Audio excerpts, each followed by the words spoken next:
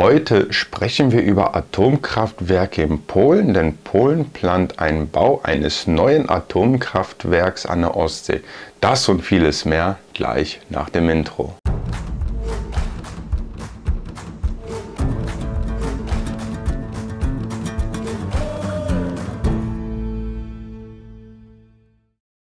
An dieser Stelle auch nochmal Hallo und herzlich willkommen auf meinem YouTube-Kanal. Ein paar Worte zu mir selbst. Mein Name ist Christoph und ich bin vor einiger Zeit von Deutschland nach Polen ausgewandert. Auf meinem Kanal dreht sich alles rund um das Thema Polen. Und falls du mit dem Gedanken spielst, eventuell nach Polen auszuwandern oder suchst einfach nur so ein paar Informationen zum Thema Polen, würde es mich wirklich sehr freuen, wenn du den Kanal abonnierst und auch sofort die Glocke aktivierst. Dann wirst du auch immer benachrichtigt, wenn ich ein neues Video hochlade, und würdest meine Arbeit wirklich sehr damit unterstützen.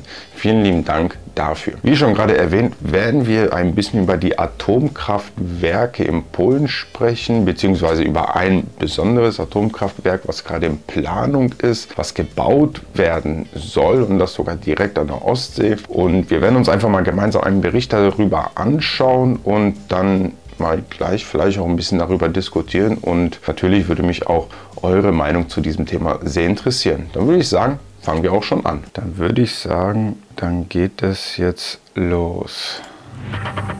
Wie wäre es hier mit einem Atomkraftwerk direkt an der polnischen Ostsee zwischen Wald, Dünen und Meer? Erste Frage direkt an euch. Seid ihr für oder gegen Atomenergie? Oder ich frage mal allgemein, welche Energiequelle würde euch persönlich in eurer Lebenssituation am meisten zusagen? Schreibt mir das mal bitte in den Kommentaren. Ja doch, Polen macht ernst. Der Bauplatz ist gerodet, die Arbeiten haben begonnen. Wenn man jetzt hier auch so schaut, der Platz ist ja gerodet und wir haben jetzt ungefähr 500-600 Meter die Ostsee von dem zukünftigen Kraftwerk. Ohne jetzt für oder gegen dieses Kraftwerk zu sprechen, ich rede jetzt aus Touristensicht. Ich als Tourist würde, glaube ich, diesen Ort nicht besuchen, wenn ich weiß, dass ich 500 Meter hinter mir ungefähr ein Kraftwerk habe. Ich denke, das würde dann dieses ganze Touristenbild ein wenig zerstören. Wir sind sicher, das ist eine gute Wahl.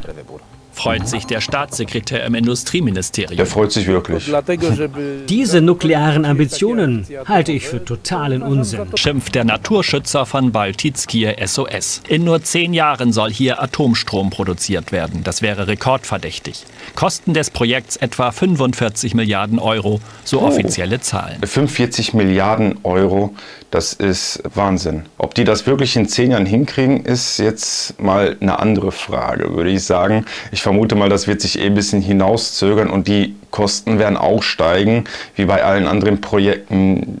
Ja, aber schauen wir einfach mal, ne? Die Bürgerinitiative Baltickie SOS war sofort zur Stelle, als die Atompläne vor 3 Jahren bekannt wurden. Ich denke, dass die Kernkraft bereits überholt ist. Es gibt auch andere, modernere Methoden wie erneuerbare Energiequellen. Und da geht viel voran. Ich will mich jetzt hier wirklich vorsichtig ausdrücken, aber wir haben hier die Naturschützer, die auch ihren Grund haben, warum die gegen dieses Kraftwerk sprechen, ist überhaupt gar keine Frage. Mich würde interessieren, welchen, ich will jetzt nicht sagen Bildungsgrad die haben, aber wie weit die sich überhaupt mit dieser ganzen Energiesache auskennen. Also ich sage euch ganz ehrlich, ich bin überhaupt gar kein Experte, was das angeht.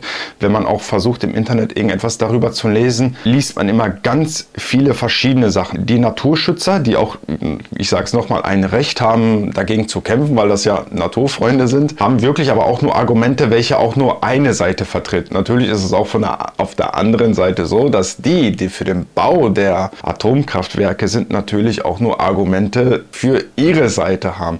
Ich finde, man sollte, wenn es um solche Sachen geht, immer so beide Aspekte betrachten. Ich denke, hier in Polen oder im Allgemeinen in Europa ist das ja so, dass wir verschiedene Menschen haben in verschiedenen Situationen, und wenn die Frau hier spricht von erneuerbarer Energie, wir haben modernere Methoden und so weiter, stellt sie sich vor, dass überall nur noch Windräder stehen. Vielleicht ist das gut, ich weiß es nicht. Wie gesagt, ich bin kein Experte. Ich bezweifle Zweifel ist. Ich finde, man sollte ein bisschen von jedem machen, ne? Weil wir auch verschiedene Menschen haben in verschiedenen Situationen. Und ich denke, wenn man wirklich nur auf eine Seite schaut, wir machen jetzt nur noch Windräder, wir machen jetzt nur noch Kernkraftwerke, dann wird es problematisch. Aber wenn wir ein bisschen hier, ein bisschen da haben, denke ich, wäre das für jeden ein positiver Effekt. Ob man jetzt dafür einen Wald abholzen muss, lassen wir jetzt erstmal dahingestellt. Also ich wäre jetzt auch nicht der Freund davon, direkt an der Ostsee, wie wir gerade gesehen haben, weiß nicht, 500, 600 Meter vom Meer ein Kernkraftwerk zu bauen. Ob das dann so gut ist oder attraktiv ist, weiß ich nicht. Vielleicht gibt es auch andere Möglichkeiten, aber wie gesagt, ich bin kein Experte. Aber schauen wir einfach mal weiter. Hier an der Küste haben wir den längsten ununterbrochenen Wald. 24 Kilometer lang. Oh, schön. Und nun haben sie sich einfach ausgedacht, den in der Mitte durchzuschneiden und zu zerstören. Der Hauptgrund für die Atompläne? Polen will raus aus der Kohle. Im Jahr 2024 wurde noch weit mehr als die Hälfte des polnischen Stroms durch Kohlekraftwerke erzeugt. Zum Thema Kohle. Ich sage später am Ende des Videos etwas noch was zum Thema Kohle und so weiter und diese ganze Energiesache, denn da habe ich auch ein, zwei Geschichten, was ich darüber erzählen kann. Aber machen wir am Ende des Videos. Üblen Folgen für Klima und Umwelt und mit wenig Zukunft. Alle uns zur Verfügung stehenden Analysen deuten darauf hin, dass die Kernenergie heute im polnischen Energiemix unverzichtbar ist, um die Energiesicherheit zu gewährleisten. Und trotzdem ist es ein Politikum. Die damalige rechtspopulistische Regierung hat die Atomplanung auf den Weg gebracht, vor 3 Jahren. Ich war ja schon mal in dieser Region, habe dort Urlaub gemacht. Könnt ihr mal schauen. Ich war in Koppalino. Ich packe euch auch mal das Video unten in der Videobeschreibung rein. Dann könnt ihr euch das anschauen. Ist aber mehr ein Urlaubsbericht, anstatt jetzt ein Bericht über Atomenergie. Aber da hängen wirklich diese Plakate. Sehr viele Bürger anscheinend wirklich gegen den Bau des Atomkraftwerkes ist. Weil ihr müsst euch vorstellen, da wo ich war, Koppalino, das ist ein Dorf, das hat 170 Einwohner. Für die ist das wahrscheinlich nicht schön, wenn da alles bebaut wird. Die leben da schön in der Natur. Also wenn ihr euch das Video anschaut, dann werdet ihr sehen, wie das dort ungefähr aussieht. Das ist wirklich sehr, sehr, sehr ländlich, sehr viel Natur, einzelne Häuser. Ist eigentlich eine sehr schöne Gegend, ne? Ich befürchte jetzt einfach mal, die Einwohner, die dort leben, die werden natürlich dann auch ja, ihr Problem damit haben, weil das, was die haben, diese ganze Schönheit, die haben, wird auf eine Art irgendwie zerstört. Und dass dann die Einwohner vielleicht dagegen sind, ist, denke ich, verständlich. Heute will sie davon nichts mehr wissen und hängt Anti-Atom-Plakate auf. Dazu sage ich auch später noch was. Nicht weit vom Bauplatz am Traumstrand in der Kleinstadt Chocewo. Die Stimmung hier eher gespalten, pro und contra Atomkraft. Wenn sie die Kohlekraftwerke abschalten, womit werden wir dann heizen? Wir werden da sitzen, hungrig und frierend. Wir haben kleine Kinder, also sind wir dagegen. Ich weiß nicht, ob das nicht für uns alle schädlich sein wird. Wir sollten uns auf die Entwicklung der Region hier konzentrieren und nicht auf banale Probleme schauen. Polen hatte schon einmal Anlauf genommen mit einem Atomkraftwerk sowjetischer Bauart. Das Projekt wurde nach Protesten und dem Ende der Sowjetunion 1990 aufgegeben. Die Ruinen sind noch da. Andere europäische Länder haben sich von der Kernenergie verabschiedet. Deutschland und Spanien etwa. Findet ihr das gut, dass Deutschland aus der Kernenergie raus ist? Es gibt ja Parteien in Deutschland, die kämpfen sehr für die Kernenergie. Schreibt mir das auch mal in den Kommentaren, was ihr davon hält. Italien will nach 35 Jahren wieder einsteigen. Polen ist neben der Türkei europäischer Neuling in Sachen Atomkraft. Die Geschwister Josef und Soscha Koschirok waren früher gegen Kernenergie. Ihre Haltung hat sich gewandelt. Was bleibt uns denn sonst übrig? Kohle ist nicht erlaubt, Gas ist nicht erlaubt. Wenn nichts erlaubt ist, woher kommt dann der Strom? Damit liegen sie im Trend. Über 90% der Polen befürworten den Bau der Atomkraftwerke, so eine repräsentative Umfrage. Trotz vieler offener Fragen, etwa wohin mit dem radioaktiven Abfall. Unsere Menge an Atommüll, die langfristig gelagert werden muss, ist global gesehen wirklich minimal. Ich bin fest davon überzeugt, dass wir ein Tiefenlager finden werden, wo wir den Abfall sicher lagern können. In Polen? Höchstwahrscheinlich ja. Die Pläne sind ambitioniert. Polen hat ja noch keine Erfahrung mit Kernenergie. Die Aktivisten von Baltickie SOS vermuten, dass die Herausforderungen deutlich unterschätzt werden. Wir gehen davon aus, dass dieses Atomkraftwerk viel mehr kosten wird, als das gesagt wird. Und das sind nicht keine 10 Jahre, dann werden wahrscheinlich 20 Jahre. Ja, also das, was ich auch schon gerade angeschnitten habe. Also ich bin auch der Meinung, die Kosten, die werden auf jeden Fall steigen für das Atomkraftwerk. Und in 10 Jahren, ich will nicht sagen, dass das nicht möglich ist, wäre interessant, falls das klappen sollte. Vermute mal, das wird sich auch immer so ein bisschen hinauszögern. Aufgrund verschiedener Situationen, dann passiert hier wieder ein Ereignis, dann da wieder ein Ereignis, warum das gestoppt wird. Also ich meine, einen Grund zu finden, warum etwas nicht gebaut wird oder der Bau gestoppt wird, ist ja auch gar kein Problem. Gerade für die Regierung, die können ja sowas sehr schnell herzaubern. Und im schlimmsten Fall noch länger. Immerhin, so sagen sie etwas zynisch, können sie die Natur an ihrem Traumstrand dann noch länger genießen. Sehr, sehr, sehr interessanter Beitrag, würde ich sagen. Ja, also nochmal, ich finde, der Beitrag ist ein sehr interessanter Beitrag. Hier erfährt man auch das ein oder andere.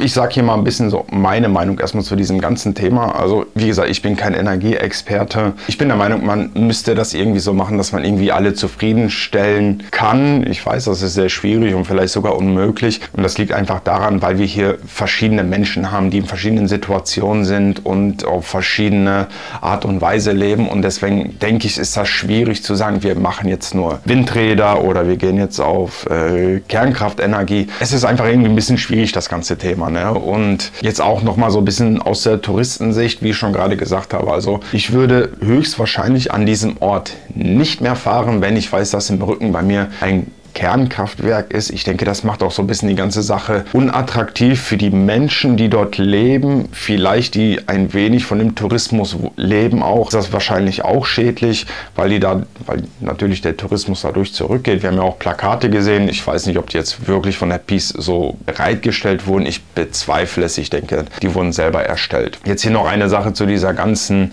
grünen Politik, nenne ich das jetzt einfach mal, was vielleicht auch an dieser Stelle so ein bisschen dieser Nachteil ist, was vielleicht jetzt nicht ganz was mit dem Thema zu tun hat, aber hat im Allgemeinen was mit dieser ganzen Energiepolitik hier in Polen zu tun.